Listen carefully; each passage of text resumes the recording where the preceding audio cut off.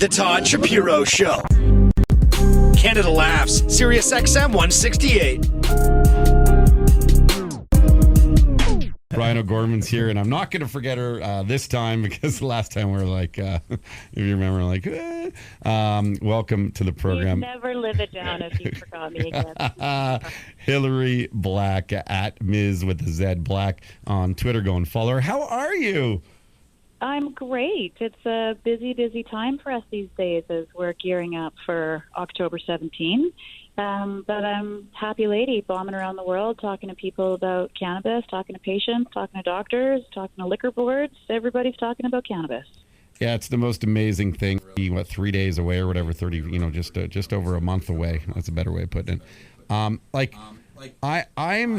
don't know. I'm so heavily involved, as you know, and I've been talking about this for 3 years and 4 years, 5 years, however long I've been doing the show.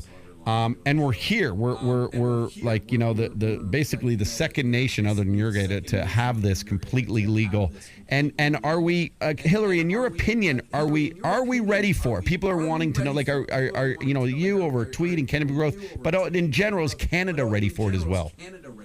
You know what? I think we just have to dive in and start swimming. I think that we've got Legalization 1.0 happening in a month, and that the regulatory landscape will continue to evolve. The education content will continue to evolve. Things are not going to look the same in a year. So we just have to dive in and get it done. We have such a tremendous responsibility to the rest of the world to follow through on this commitment to end prohibition, to show that the sky is not going to fall, to show the tremendous benefits, both from an economic and a social justice perspective. And then Canada has this incredible opportunity on a global scale to help support making these changes in other countries. And we, I believe, are starting a journey of righting a great wrong and ending tremendous suffering that's associated with cannabis prohibition all the way around the world. Yeah, and there's a lot of things no pressure. Not at all. No. Yeah, Brad, go ahead. Well, no, we do have a blueprint. Like, we've seen how it's worked for Colorado. I mean, Canada is, obviously a lot bigger or whatever, but every single place where it's been implemented has been reaping in wonderful benefits, I mean, there's not a place on earth that's put it through that hasn't been a positive outcome, right? So I think when we do it federally, it's going to be, I don't know, they might be 2.0, right? Well, the big difference between somewhere like Colorado and Canada is that we have the federal government on side in Canada, which means the banks are on side, which means that the markets are very, very busy. And I think that we're going to see the transformation of cannabis regulations around the world not necessarily driven because this is the right thing to do, because prohibition is, based in misinformation, and, the risks of cannabis are far less than the incredible harms of prohibition. But I think we're going to see transformation of regulations around the world because of the economic drivers. And those economic drivers other countries are seeing because we have the federal government, the banks, and the markets on side. It's interesting. We were talking to another guest, comedian in LA, and he's a big conspiracy theorist and stuff. And someone told me, an interesting conspiracy on the legalization of marijuana in Canada, that it is, whatever. Some people think there's whether it's the Bilderberg conferences or whatever, like there's a select few running this whole world or whatever, and that Canada was, there's someone saying it to me, Canada was chosen specifically as a guinea pig to make this work for the for the rest of the world.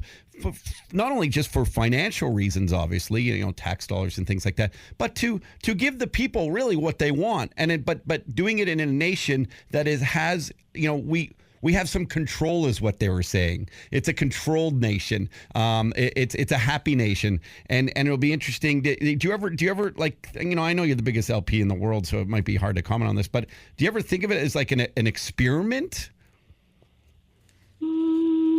Well, not really. I mean, because there's only one possible outcome, which is that we have to get this right. And we have to make legalization work. And to me, an experiment, you're looking to see what the outcomes of the experiment are. And that's not how I view this at all. I have my entire adult life dedicated to patients and patient access and education around cannabis. And now we have this, now the real work is starting as we look at first of all, how do we export access to medical cannabis to patients around the world? That's the first step, right? Well, you know, and it's interesting, you know, that's Might already get in some trouble for that, though. Like what if you had to send to like Singapore or something like that? Well, you know what is crazy that I think we need to keep in mind? There was a man on August 30th in Malaysia who was given the death sentence for supplying concentrated cannabis oils to patients. It's unbelievable. And there are a number of countries in the world where you can still get the death sentence for cannabis-related crimes. And for possession in Singapore, Malaysia, It's so insane. Yeah. So it just reminds me that this is a social justice issue. We can't take our freedoms for granted. We can't be too focused on the economic opportunities that for me, I feel like we're using capitalism and we're using economic drivers. And, you know, I'm using this amazing, huge company, Canopy, to be an engine, to be a force of change in the world so that we can transform laws all the way around the world. This is still a social justice issue. Somebody has received the death sentence for supplying cannabis products to patients. We have a lot of work left. And those laws are exports from North America too, right? Like those laws started here essentially and then spread all over the world, and now those people have to deal with the stuff that we started while we're legalizing. Well, hopefully they'll now, things we ended, they'll follow that same path everywhere across the world. You know what I found really, really, and it's so heinous that can still happen across this world for something so simple and right. And I know it's right because I know personally as the use with CBD oils how much it helps my anxiety. So I just know that that's right, something I wouldn't have known before. One of the things, and we spoke to Adam Greenblatt about this last week, Hilary, and this speaks to the Adam guy. You can't listen to me. The wizard's he's a little tricky. No, he is a dear friend. I love him. No, he's the greatest. He's the greatest.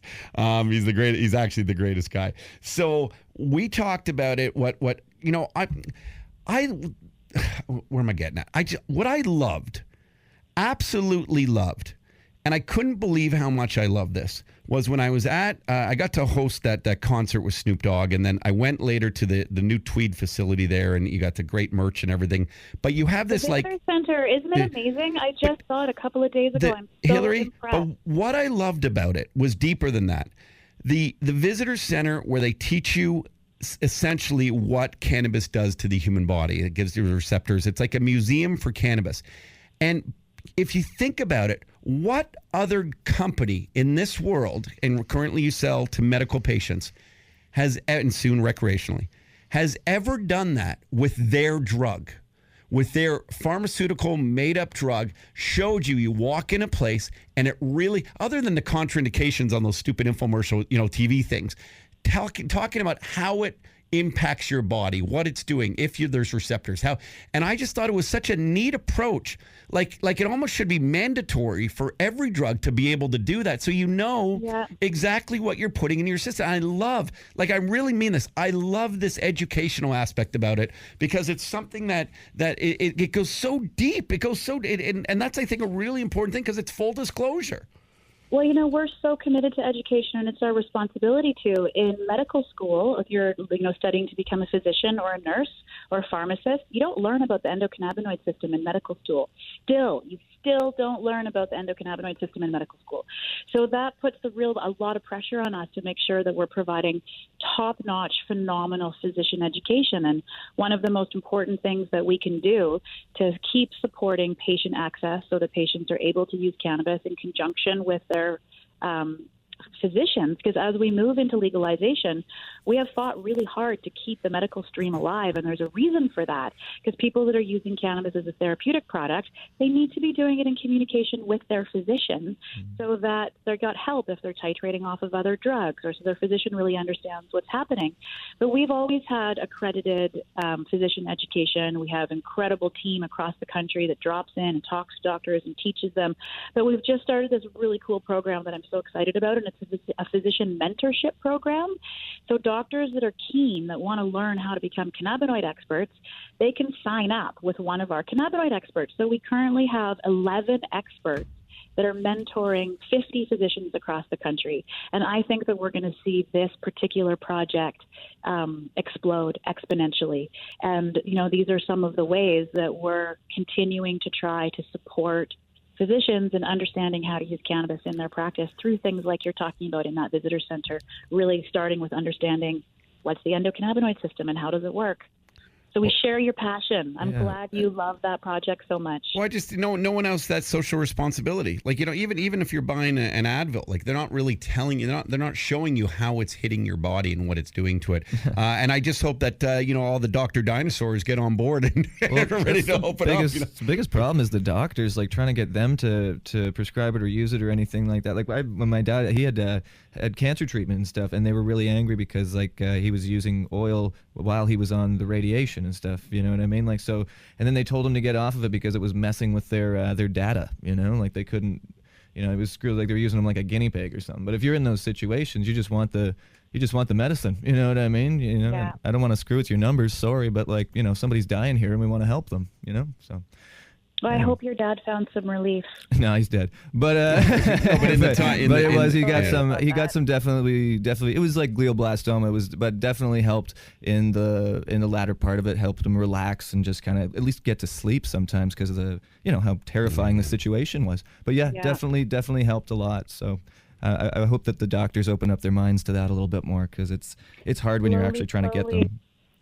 Yeah, I mean, like I said, we're super committed to physician education all the way across the country, and now we're going to start rolling it out in other countries. You know, like we currently have operations in 11 different countries, and those projects are all a little bit different depending on what the regulatory framework is. Some is clinical research. Oh my God, speaking of clinical research, can I tell you something I'm really excited about? Sure. We got about a minute here, if you don't mind, Hilary. Okay. We have a clinical research arm of our organization, Cannabis Health Innovations, and we just got approval to start doing clinical trials on dogs with PTSD. Oh, wow. That is so nice. Animal studies, but animal studies where we're helping the puppies and not hurting them. So Amazing. we just got all of our approvals to start doing CBD and PTSD studies for the puppies. Luckiest dogs on earth, right there. Yeah. My dog just volunteered. He stuck out his paw right now. Well, you guys are always so lovely to talk to, and have a fabulous weekend. And I look forward to chatting with you again sometime soon. Such a And pleasure. congrats, and let's get you back on. It's funny. I want to speak to the team. I want to figure out if we can do a big October 17th show, all of us together. Like I'll get out there or something. I think that would be a really cool idea. All right. Or, that sounds like a great idea. Or what? No, what's the other one? Is there another idea? Well, I was going to say, I think there's going to be a lot of noise and a lot of action on October 17th. And I think it's also interesting to plan on taking a look a month later. What happened in the first month? Yeah, every 17th. Has there been enough cannabis in the stores? Like, has the sky falling? Is it all working? Right? I think whatever you want to do, Todd, we're on board. Hilary, you're the best. And I know we briefly, I briefly saw you anyway that day, but let's make sure we spend some time together in the future. Congrats on everything that's going on with you and the company, and really appreciate your time at Ms. Black. Go and check her out. Thank you so much. Enjoy your weekend as well. Oh, smart lady.